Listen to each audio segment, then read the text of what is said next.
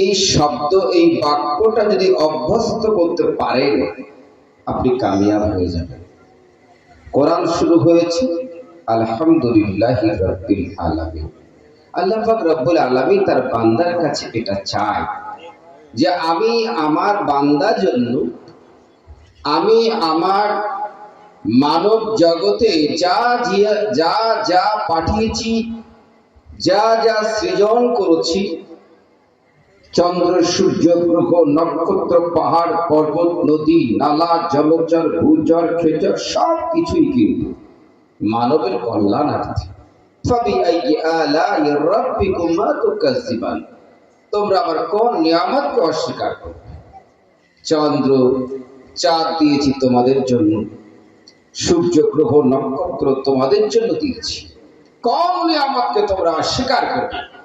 তা আল্লাহ পাক রব্বুল আলামিন বড় ভালোবাসে কৃতজ্ঞতা। যে বান্দা আল্লাহ পাক রব্বুল আলামিন কৃতজ্ঞতা পোষণ করতে শিখলো, যে আল্লাহর নিয়ামত প্রাপ্তির কৃতজ্ঞতা স্বীকার করলো, কসম খোদার সেই ব্যক্তি ইহ জগতে পর জগতে কামিয়াব হয়ে গেল। তা আল্লাহ পাক রব্বুল আলামিন আমাদিগকে এ পুত পবিত্র রজনীতে একত্রিত হয়ে তার গুণকীর্তন করার তৌফিক দিয়েছেন। আমরা একটু উচ্চ আওয়াজে বলি আলহামদুলিল্লাহ, আলহামদুলিল্লাহ। অতঃপর কোটি কোটি দরুদ ও সালাম শান্তি ধারা প্রবাহিত হোক, বর্ষিত হোক, অর্পিত হোক সেই নবী মুস্তাফার প্রতি, যিনি আজ থেকে প্রায় 1450 বৎসর পূর্বে উদ্ভাসিত করে মক্কা নগরে আব্দুল্লাহর ঘরে মা আমিনার কোলে 570 খ্রিস্টাব্দে 12 রবিউল আউয়াল সুবে সাদিকে গোটা বিশ্ববাসীর জন্য মূর্ত আশিস কল্যাণ রূপে এসেছিলেন, যাকে সৃষ্টি করা না হলে চন্দ্র, সূর্য, গ্রহ, নক্ষত্র, পাহাড়, পর্বত, নদী, নালা, জলচর, ভূচর কোনো কিছুকে আমার আল্লাহ সৃষ্টি করতেন না। হে রাসূল, তোমাকে সৃজন না করলে আমি কোনো কিছু সৃষ্টি করতাম না। যে নবীকে দেখার জন্য শতাব্দীর পর শতাব্দী, যুগের পর যুগ ঘোর আলেমা লালায়িত ছিল, তাই ভারতবর্ষের বিখ্যাত মুহাদ্দিস আব্দুল হক মুহাদ্দিস দেহলভী আলাইহি রহমান মাদারিজুন নবুওয়াতের মধ্যে লিখছেন, যখন আমার কামলিওয়ালা পয়গম্বর এহলো ধরার বুকে পদার্পণ করলেন, এত পুত পবিত্র স্নিগ্ধপূর্ণ ছুতিময় লাবণ্যপূর্ণ চেহারা মা আমিনা রাদিয়াল্লাহু তাআলা আনহা দেখে আপ্লুত হলেন, ভয় পেয়ে গেলেন, না জানি এই কারণ নজর লেগে যায়, তাই তিনি আঁচল দিয়ে ঢাকলেন। শাহ আব্দুল আজিজ মুহাদ্দিস দেহলভী আলাইহি রহমান সেই মুহূর্তের কথাগুলো তিনি কিতাবে লিখেছেন, আর কবিতার ভাষাকে রূপান্তর করে বলছেন কি, দিও না ঢাকা, দিও না ঢাকা, দিও না ঢাকা, আর দিও না যারা দেখার লাগি সারা দুনিয়া দিবানা ও গো আমিন। আল্লাহু আকবার, আল্লাহু আকবার, সুবহানাল্লাহ, সুবহানাল্লাহ, মাশাআল্লাহ। যে পয়গম্বরকে দেখার জন্য হুর ও আলিমা লালায়িত, যে মুস্তাফাকে পাওয়ার জন্য গোটা বিশ্ব লালায়িত, যে পয়গম্বর আজম আকায়ে নামদার মাদারি তাজদার শাহনশাহি মাকাম মক্কি মাদারি পয়গম্বর জনাব মুহাম্মদুর রাসূলুল্লাহ সাল্লাল্লাহু তাআলা আলাইহি ওয়াসাল্লামের জন্য কোটি কোটি দরুদ বর্ষিত হোক। আমরা সকলেই বলি আল্লাহুম্মা আমিন। অতঃপর আজকে সভার অনারেবল প্রেসিডেন্ট জনাব হযরত মাওলানা বেলাল খান সাহেব, সঞ্চালক সাহেব, আমার পূর্বের স্পিকার, বক্তা, সর্বোপরি মঞ্চভূষ্ট উলামা একরাম, সর্বোপরি আমার সামনে বসা বাবা, ভাই, মা, বোন, সকলকে জানাই ইসলামিক অভিনন্দন। আর একটিবার আসসালামু আলাইকুম ওয়া রাহমাতুল্লাহি তাআলা ওয়া বারাকাতুহু। ওয়ালাইকুম আসসালাম। কলকাতা থেকে আরো 80 থেকে 100 কিলোমিটার দূর, একেবারে সীমান্তবর্তী এলাকা ইছামতির তীর থেকে আমি উঠে এসেছি। সুদূর মহানন্দা নদীর তীরে মালদা জেলা অবস্থিত, ফারাক্কা ব্রিজ পেরিয়ে কালিয়াচক এলাকা মোথাবাড়ি, কয়েকটা জেলা অতিক্রম করে আজকের রাতে আমি আপনাদের মেহমান হয়েছি। আপনারা আমাকে আহ্বান করেছেন, আপ্যায়ন করেছেন। আমি অত্যন্ত কৃতজ্ঞতা পোষণ করি আপনাদের আহ্বানের জন্য, যে আপনারা আমাকে কিছু বলার সুযোগ করে দিয়েছেন। অল্প সময়ের জন্য ছোট্ট ছোট্ট দুটি আয়াতে কারিমা আমি তেলাওয়াত করেছি। আমি আমার বক্তব্যের শুরুতে আমার যুবক তরুণ ভাইদের কাছে বিনয়গতভাবে রিকোয়েস্ট করবো, আমার কথাগুলো একটু মনোযোগ সহকারে শুনবেন।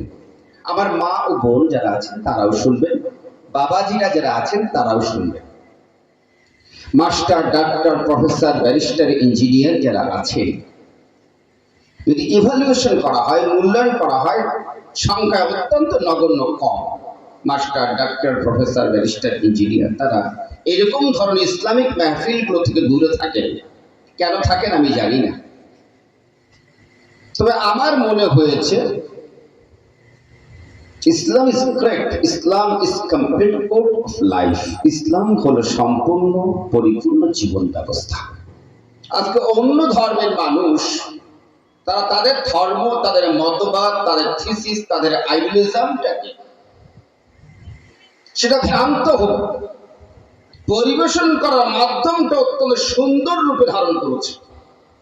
আর আমরা মুসলমান ইসলাম ধর্ম পরিবেশন করা, মানুষের কাছে পৌঁছে দেওয়ার যে ধর্মটা অনেকটা ফলপ্রসূ ঘটাতে পারিনি। ছোট্ট এক্সাম্পল, পৃথিবী বিখ্যাত সব থেকে ভালো দামি নামি কফি বা চা, গ্রিন টি, যদি ভাঙা কাপ প্লেটে দেওয়া হয়, সেই দামি গ্রিন টির মূল্য কি থাকে? মূল্যায়ন করা যায়? অনুরূপ ভাবে কম দামি অপেক্ষাকৃত খারাপ ব্র্যান্ডের চা যদি আপনি দামি কাপ প্লেটে করে দেন, অনেকটাই কিন্তু সমাজে সমাদৃত হয়। ঠিক কিনা কথা বলুন? তাই আমি হাত ছোড় করে অল্প সময়ের জন্য দু চার কথা বলবো, আপনারা অনুধাবন করার চেষ্টা করবেন। আমার আল্লাহ বললেন, এই মুস্তাফা উদউ ইলা সাবিল রাব্বিকা বিল হিকমা, দ্বীনকে মানুষের মাঝে পৌঁছে দাও লজিক দ্বারা, যুক্তি দ্বারা, হিকমত দ্বারা, জ্ঞান দ্বারা, প্রজ্ঞা দ্বারা, আর সুমধুর বচন দ্বারা। তবেই তোমার দ্বীনটাকে জনগণ অ্যাকসেপ্ট করবে, গ্রহণ করবে। আমি যে আয়াত দুটি তেলাওয়াত করেছি এটা ব্যক্তিগত মস্তিষ্ক উদ্ভাবিত কথা না। যে আয়াত আমি তেলাওয়াত করেছি এটি আমার কোন লেখকের লেখা না, কোন কবির কবিতা না, কোন সাহিত্যিকের সাহিত্য না, কোন দার্শনিকের দর্শন নয়, কোন বৈজ্ঞানিকের বিজ্ঞান নয়। আল কোরআন হুয়া মুনাজ্জালু আলা নবী সাল্লাল্লাহু তাআলা আলাইহি ওয়াসাল্লাম বিওয়াসিলাতি জিবরিল।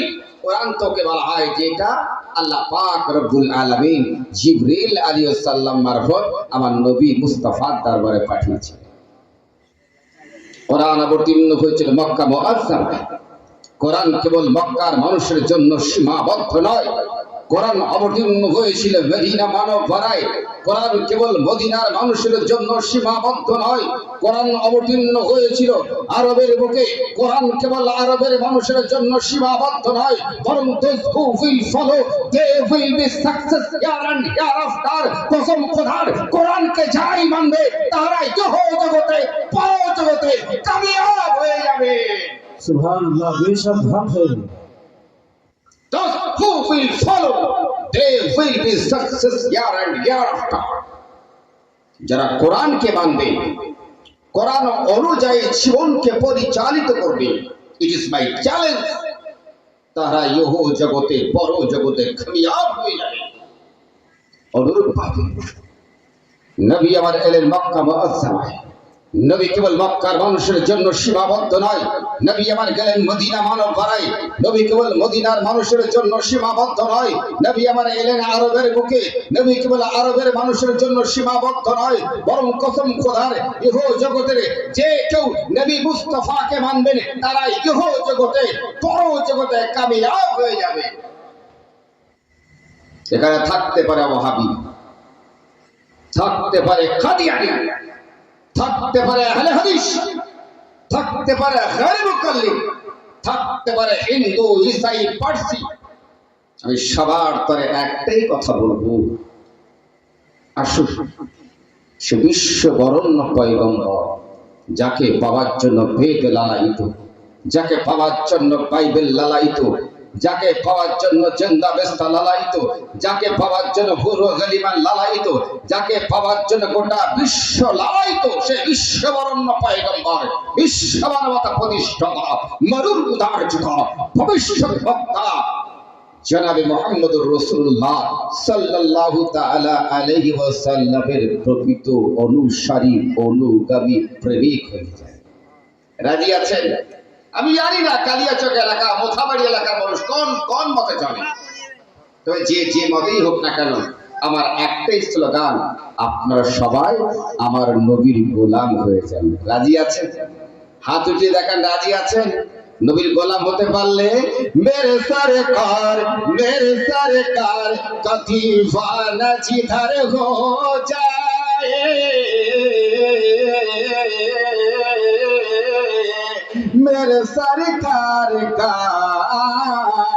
मेरे सरकार का दीवाना जिधर, मेरे सरकार का दीवाना जिधर, मेरे सरकार का दीवाना जिधर हो जाए, जिस तरफ जाए जमाना भी उधर हो जाए, मेरे सरकार का। আজ এই মঞ্চে আমার একটাই উদ্দেশ্য, বাকি জীবনটা আমার রসুলের ফলোয়ার, আমার রসুলের আশিক, আমার নবীর প্রেমিক হয়ে যান। কসম খোদার, গোটা বিশ্ব আপনার প্রেমিক হয়ে যাবে। আজ আমেরিকায় বোমবাস্টায় নাম হয় মুসলমান, আফ্রিকায় বোমবাস্টায় নাম হয় মুসলমান, লেবাননে বোমবাস্টায় নাম হয় মুসলমান, জাপানে বোমবাস্টায় নাম হয় মুসলমান, জার্মানি বোমবাস্টায় নাম হয় মুসলমান, মুম্বাই বোমবাস্টায় নাম হয় মুসলমান, গুজরাটে বোমবাস্টায় নাম হয় মুসলমান। গোটা বিশ্বে যেখানে মারামারি, কাটাকাটি, খুন খারাপি, দাঙ্গা হাঙ্গামা হোক না কেন, নামটা জড়িয়ে দেওয়া হয় মুসলমানের। ঠিক কিনা কথা বলুন?